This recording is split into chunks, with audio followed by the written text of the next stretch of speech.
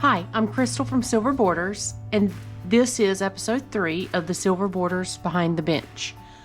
Today I'm going to show you how I use my PepeTools Round Disc Cutter along with the center positioning dies to cut a 1-inch and 11 by 16 inch circle that's part of my Cascading Circle Earrings. Perfect circles might seem simple, but getting them clean, centered, and consistent takes the right setup.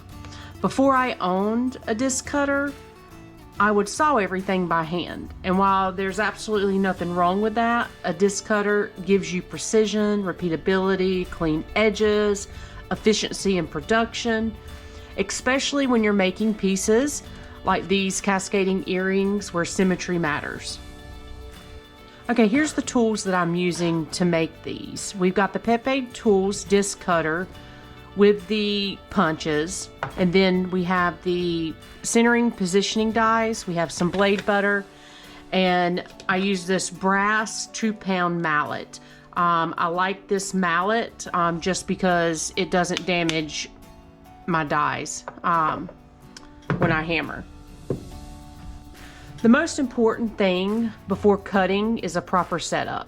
Your metal should be annealed, and your punches should be straight and seated properly. So today we're just going to use the 1-inch punch, the 11 by 16 inch punch, and the 3/8 inch punch. I'll also show you how to use the centering positioning dies to get perfectly aligned inner cuts. So first, when I'm making this type of circle where I want these to use the centering dies, I start with the 3/8 of an inch punch.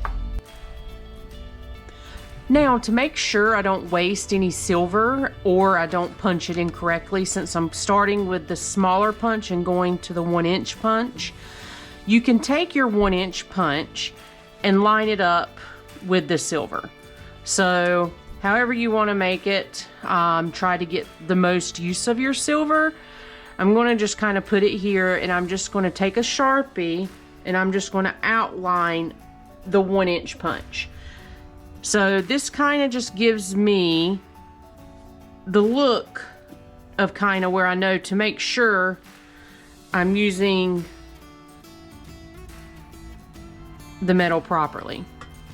So now I have my calipers, and this is 1 inch, so I'm going to go 1/2 inch and then take my Sharpie because I just want to try to find the center.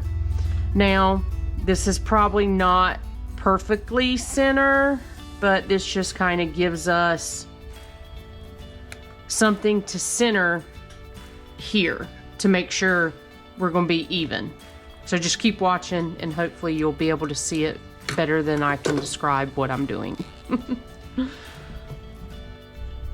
So next, we're going to take this to the 3/8 hole, and we're going to put that circle into the center of this hole.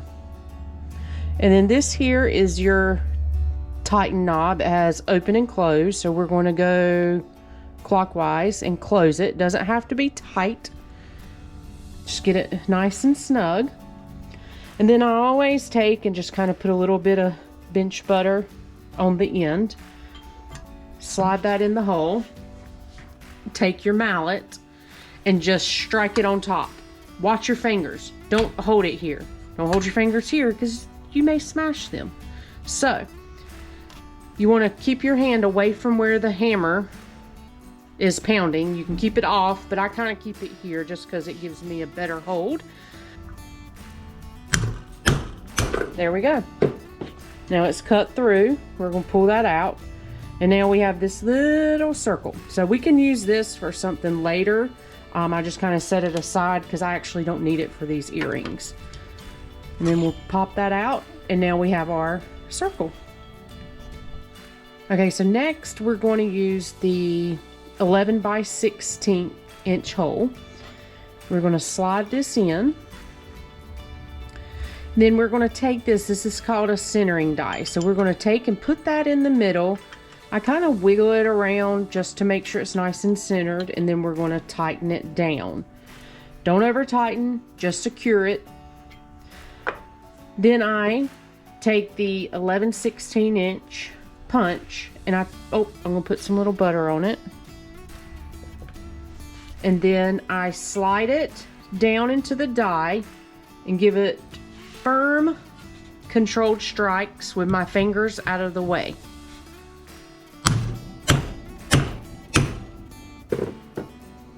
You don't need to swing wildly. Let the weight of your hammer and the sharp punch do the work. So also, as you can see, I don't really have any burrs. Everything looks nice and clean. If you are getting burrs or distortion, your metal may not be annealed enough. So go try and anneal it and come back and try it again. Okay, so what we're going to do is we're going to come over here to the 1 inch because that's the next circle I need. Now, you can see here it won't go in. It's another problem because my silver's too long. So what I'm going to do to fix that is I am just going to snip this bottom part off because I'm not using it and it's in my way. So we're going to get rid of that and then we're going to try again. Perfect. So now if I tried, I wish you could see this. Hold on 1 second. I'm going to move this to see if I can get on top of it. So maybe this is a better view for what we're doing here. Okay, so if I tried to center this, I might get it right, but I don't like taking chances. So what we're going to do is we're going to take the 1 inch centering punch. We're going to kind of move it around. We're going to tighten it down. Not too tight. Get the 1 inch cutter, put a little butter on it. Pop it in, hands out of the way. Nice, smooth strokes.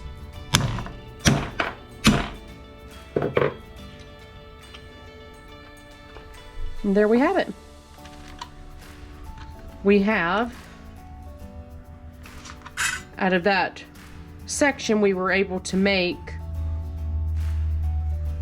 these pieces, and then like I said later, you can make some earrings out of this, embellishments, you know, save it. You can use it always for something.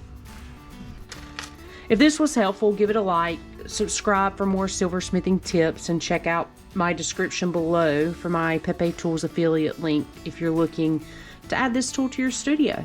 I hope you enjoyed it, learned something, and y'all have a great day.